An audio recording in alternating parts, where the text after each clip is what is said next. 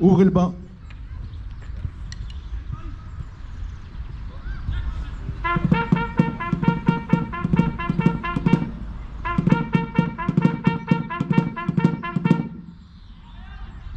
Dépôt des gerbes par Madame Laetitia Vénère, notre maire, et par les représentants des anciens combattants.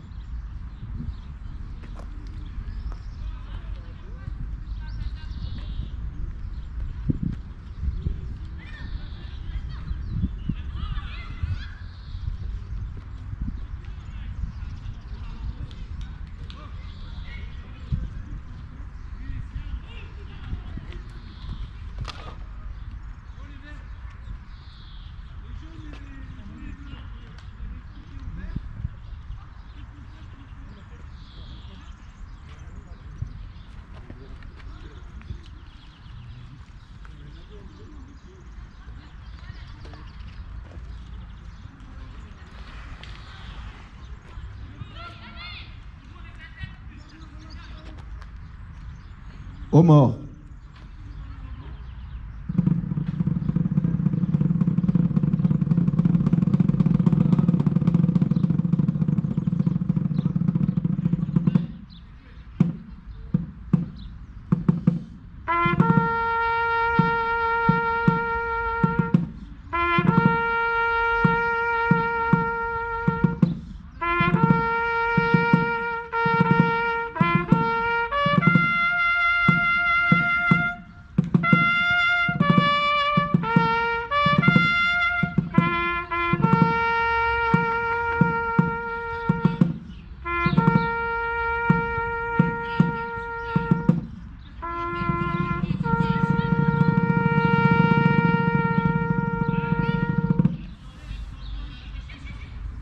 Nous allons respecter une minute de silence à la mémoire des morts de toutes les guerres.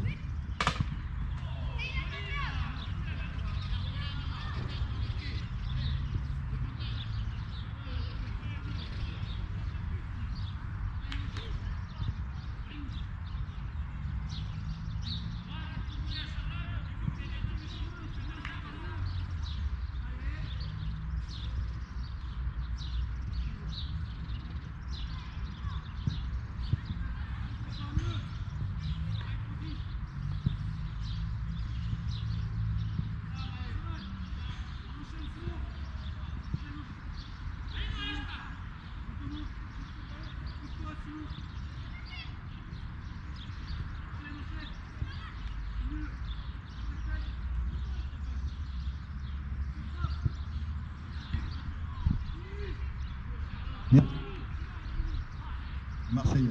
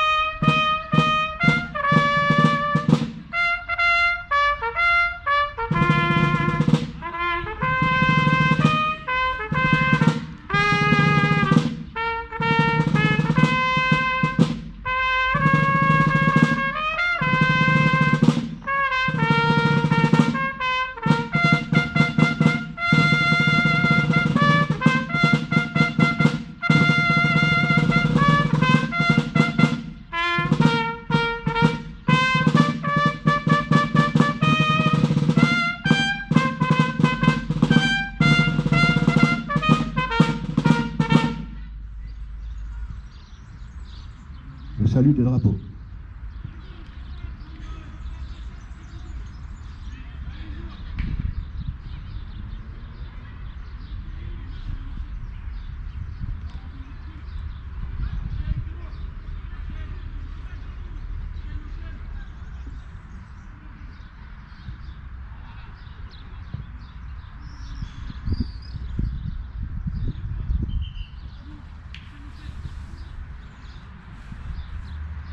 Madame le maire va nous donner lecture du message du secrétariat d'État à la Défense nationale et aux anciens combattants.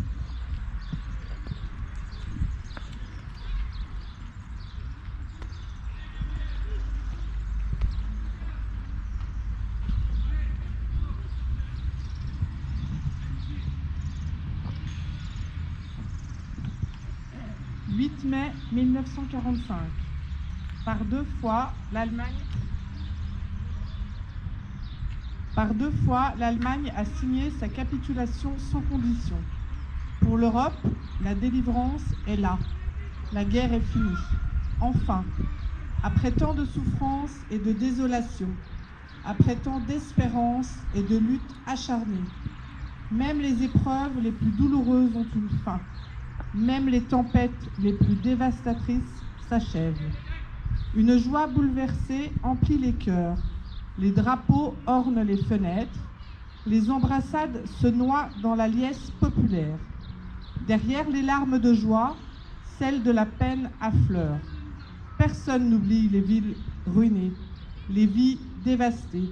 Personne n'oublie que l'humanité a payé le plus lourd tribut de son histoire.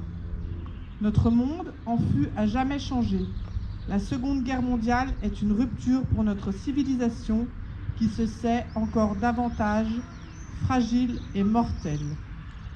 76 ans plus tard, reliés par notre mémoire commune et épris de la même reconnaissance, nous nous unissons par la pensée et par notre hommage pour saluer le souvenir de celles et ceux qui ont combattu et abattu le fléau nazi.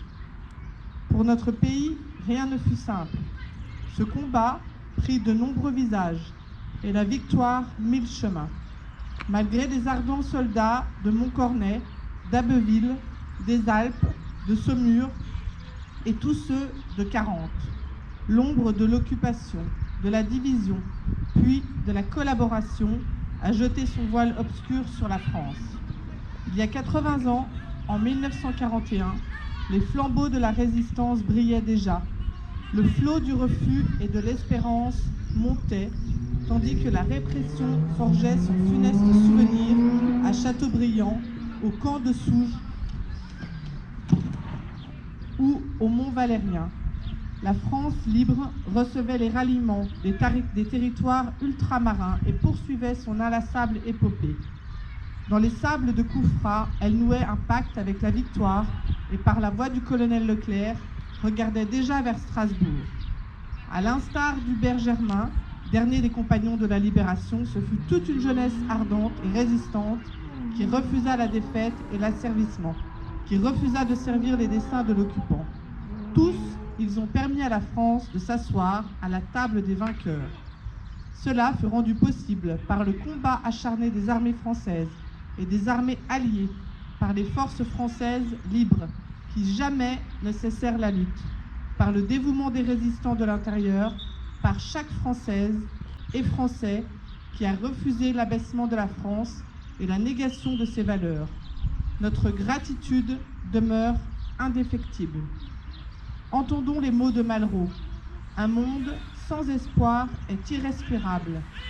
La victoire de 1945 est le succès de l'espérance, mais elle est aussi l'aube d'un nouvel effort collectif pour la reconstruction, pour la paix et pour l'Europe. Hier, comme aujourd'hui, face aux épreuves et aux crises du temps, la nation française se tient debout, résiliente et espérante. Unis et solidaires, souvenons-nous de l'adversité surmontée et de la liberté reconquise.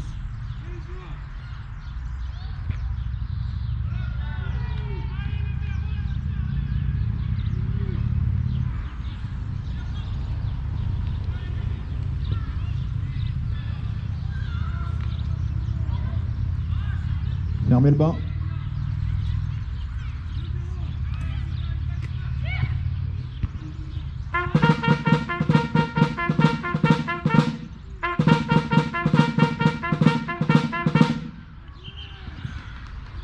Madame le maire et le conseil vont saluer les porte-drapeaux.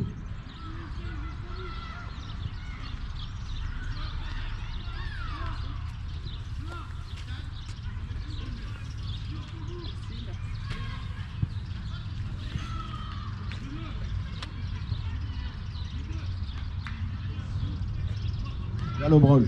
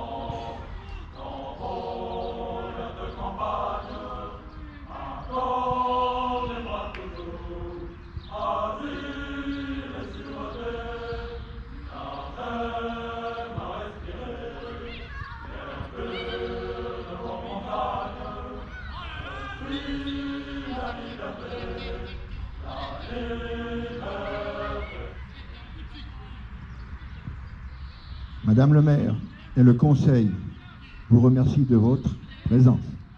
Voilà, c'est terminé. Je vous remercie.